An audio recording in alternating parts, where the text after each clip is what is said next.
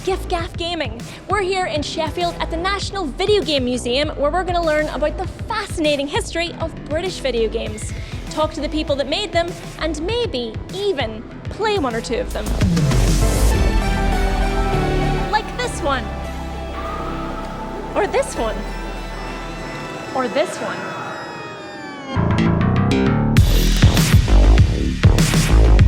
In the early 1980s, home computers were slowly making their way to British households. They were expensive at first and seemed pretty complicated. I mean, would you know how to program this? And yet, many people learned how to program impressive software. The British-made ZX Spectrum was the most popular computer thanks to its low price and sleek design. And thanks to the passion of many young programmers, you could even play games on a ZX Spectrum. Games like Manic Miner. Manic Miner was a groundbreaking game in its day. What made it impressive was that it was created by then 17-year-old Matthew Smith in his bedroom in just 4 weeks. And he wasn't the only one. The UK was full of young people testing their skill in game design. Meet the Oliver twins. There was a moment in the 1980s when 7% of all UK game sales were attributable to them. We've sat down with Philip and Andrew Oliver to have a chat about gaming in Britain in the 1980s. We started playing games in the arcades. We just had pinball machines and fruit machines, and then suddenly, hey, there's like a game that's a TV, and it would have been probably Space Invaders. We saved up enough money to buy a Dragon 32, had a proper keyboard, 32K of memory, 8 colours, what's not to like? One of the ways in which you transmitted games was to actually have them published in a magazine so that other people could type them in. Crazy slow, usually never worked, but it did kind of teach programming. This was a time where actually most of the games were being written by sort of just older teenagers. So the fact that we were at school writing these things, we were aware that even Matthew Smith, who's written this, it looks as though he's literally just left school and writing these things. Our dad made the throwaway comment, if you can make more money than me in your first year, you won't have to go to university. We kind of racked our brains as to what we could do, and we came up with the idea of Robin Hood. Nobody owns it. It's a pretty obvious thing. You're the hero character, you've got projectile weapons, and you've got an obvious goal, rescue Maid Marian. It all seemed to add up to us. The game became a #1 bestseller for that Christmas. Did spectacularly well. They had it converted to the Commodore 64 and the Spectrum. We, at that point, thought, well, this could go ballistic. We just need to just keep doing that again and again and again. And for the next 5 years, we did. We set ourselves a month timeline on every single game. It was funny, because newspapers would say, hey, these guys are like lead a rock star lifestyle. It's like, we were sitting in front of a computer all the time, apart from the occasional interview. I was drawing the graphics, and I was very frustrated that the head of the guy, I had 3 pixels by 3 pixels and 3 colours I was allowed to use. If I put a nose on a single pixel, it looks like Pinocchio, and if I don't, it looks like he's been punched and he's got no nose. As an offhand thing, I just drew a really large face in the sprite space that I had. Big eyes, and I was kind of showing Andrew, going, hey, look, I can make him blink, I can do this. And for just a couple of hours, I just started messing around with this big head. We decided, rather than doing a regular jump, we'd actually spin him every time he jumped. But then our dad made the funny comment. He goes, your character, he's going to be dizzy if he just keeps spinning like that all the time.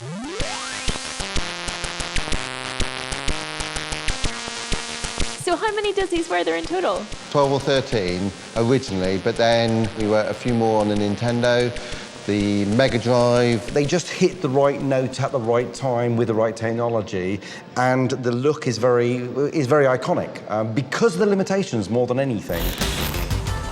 As the decade was coming to an end, Peter Molyneux's studio Bullfrog released Populous. The game gave you godlike powers to fight for control of the world's population against other powerful deities. Way to tickle our ego, huh? As hardware and software developed, so too did the games, and by the mid-1990s it was almost unfathomable how far we'd come. gaming was a bit less DIY. Most studios worked from an office rather than someone's bedroom. And with gaming going mainstream, small UK studios were working hard to compete with global powerhouses.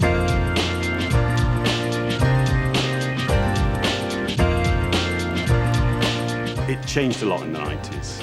You've gone from an industry that was very much a cottage industry where game developers were working in their own bedrooms and creating titles, in just 1 or 2 people teams, to actually having, some kind of company, a place that you went to work, a place with its own headed notepaper where you could, turn up and actually do a day's work as a game developer. On all the 8-bit machines, it was me and Andrew pretty much doing everything. The minute you had to move to 16-bit machines, you had to have teams of 5 or 6 people with different disciplines. It started getting very expensive. The hard work of small British studios did not go unnoticed by the big players around the world. When Nintendo was looking to release a new Donkey Kong game, they decided to go with a UK-based studio, Rare. With Donkey Kong Country, Rare created a game considered by many as the best in the franchise, partly thanks to 3D graphics that were incredibly impressive for the time. But Rare wasn't the only small studio getting noticed by a global brand. When the PlayStation 1 came out, Sony needed a launch title to go with it, something that could really show what the console was capable of. That game was Wipeout. It was a fast-paced racing experience in a futuristic setting. A soundtrack by Chemical Brothers, Prodigy, and others helped PlayStation bring gaming to the mainstream. Nice one. Throughout the 90s, particularly Sony, I think did a really good job of marketing the PlayStation and making gaming just feel like it was part of the sort of diet of things that you do. You listen to music, you go out with your friends, and you come back and you play PlayStation. Yeah, we had to up our game, very, very quickly, overnight pretty much. When I started, it was chip systems. Basically a 6-voice chip, so you got 6 notes simultaneously. And then, of course, in 1994, when the first CD consoles came out, yeah, it was a massive game changer. Now we can put live guitars on there, we can do singing, we can do anything we want. Nice variation, mixing the short and the long. Bringing commentators and recording voices as part of Actua Soccer so that you could hear realistic sounding commentary as you played the game. Perfectly found. Oh! The disc-based system gave you the capacity to be able to do that kind of thing. Anything you could record in a recording studio could then become the soundtrack for a game. So that could be dance music like the Chemical Brothers, it could be a big orchestral score like in Tomb Raider. When Tomb Raider came out, it made a big sort of buzz. I always wanted to put more emotional content into games, and I was waiting for the right opportunity to do that, and I felt that Tomb Raider was that. It's the beginning of, what could be an interactive movie, and there certainly wasn't time to script music for the entire game. It wasn't possible, and it didn't make sense to do it like that. Old movies in the past, when you got the guy on the piano playing for the entire length of the movie, well, of course, as movies got better, they stopped doing that.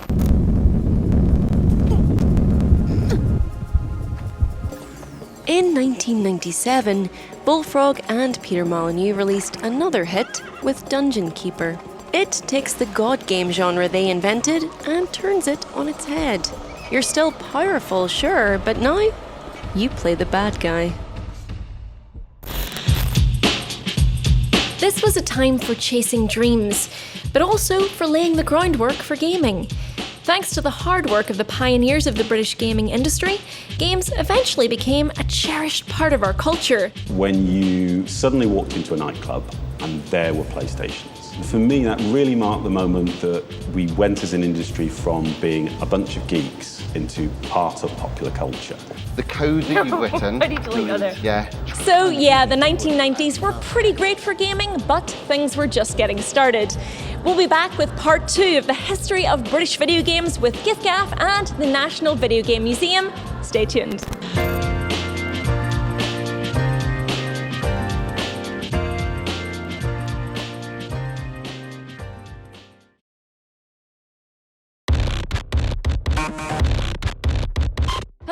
Welcome back to part 2 of the history of British video games with giffgaff and the National Video Game Museum.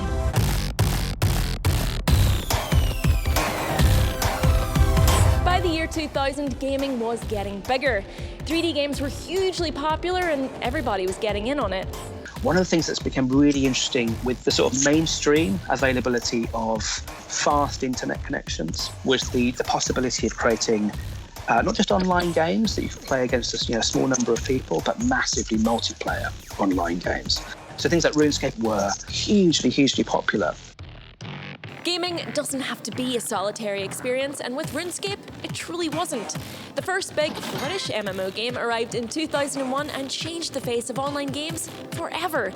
And it's still being enjoyed by hardcore fans to this day. There was quite a significant amount of people who were using the internet to feed their gaming habits. The concept that gaming had to be done locally was thrown out of the window. For a lot of people, RuneScape was a glorified chat channel. They were still chatting to their friends. They just happened to be fighting goblins or defeating dragons and rescuing princesses. There was definitely a shift away from that kind of arcade game, which was shorter. You play for you keep on playing it, but you play for just a few minutes at a time, and you gradually get better. To these really deep, immersive worlds, I suppose. You cannot talk about the history of British video games without mentioning Peter Molyneux. Repeatedly.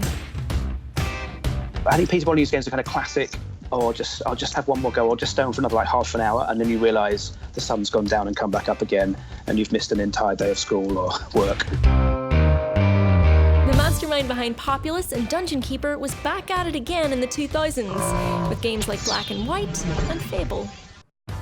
Fable was a role-playing game that gave you the freedom to play as a hero or a villain with tough moral decisions to make. Please help! It hurts! Ow! It hurts! It brought British humour into the world of games like no other game had before it. It was an instant classic. Give me your hand.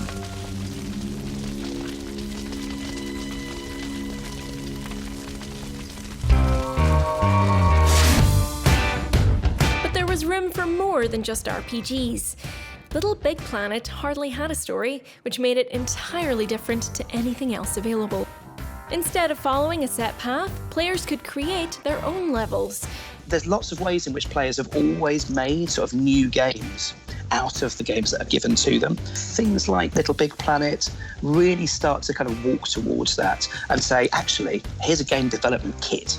And then you can make the game that you want and share it with other people. That gave them plenty of opportunity to showcase their creativity and imagination. The game gave birth to a whole new genre. The thing that's always excited me about games, and still excites me about games, is that nobody knows what they are.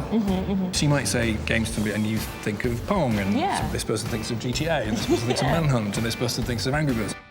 What they can be is changed and reinvented when somebody does something particularly kind of different, and nobody owns what they are. No. Right? Which is a really exciting thing. Consoles are great, but they've got one significant flaw. They're very big. Fortunately, in the 2010s, you can game anywhere at any time with one of these. The 2010s are when mobile gaming becomes a thing, and now even your grandparents are sending you Candy Crush invites.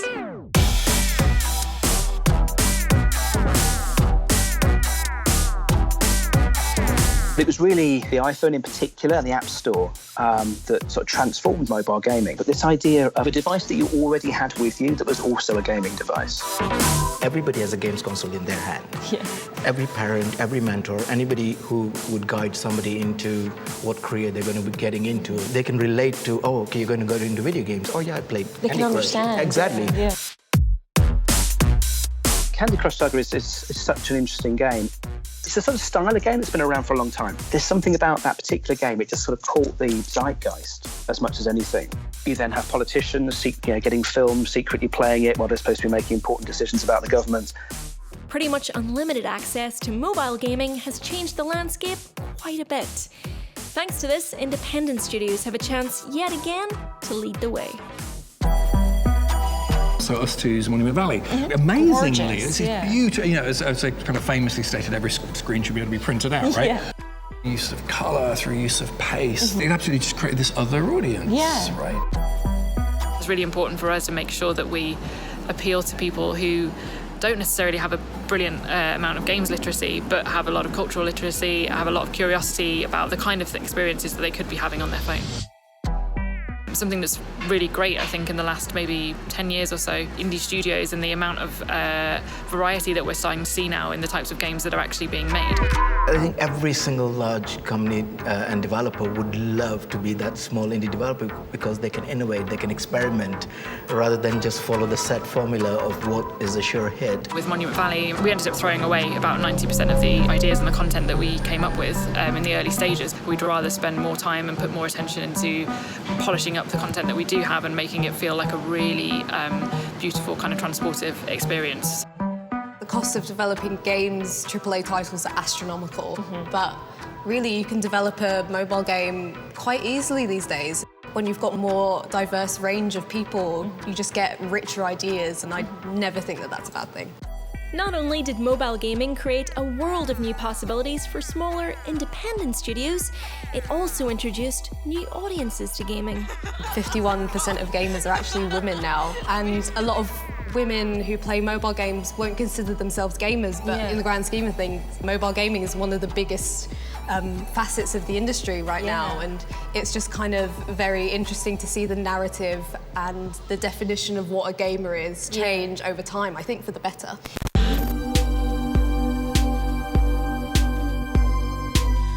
New technologies and new audiences mean that gaming is always changing. There are plenty of stories yet to be told, and we cannot wait to see what happens next. The most exciting thing is going to be when a 8-year-old girl from Cannock completely blows the roof off what we thought was possible with video games, because video games as a platform where people can express themselves in the same way as we all learned to play the guitar when I was at school, or the piano, it becomes a natural place to express ideas and stories, and that's the most exciting thing, that the revolution is going to come somewhere completely unexpected. Looks like that is it for now, but there are so many more exciting games to come in the very near future. Thank you guys so much for joining us on our journey through decades of British video game history. Thank you to giffgaff for making it possible, and give the National Video Game Museum a visit because it is genuinely amazing. We'll see you guys next time.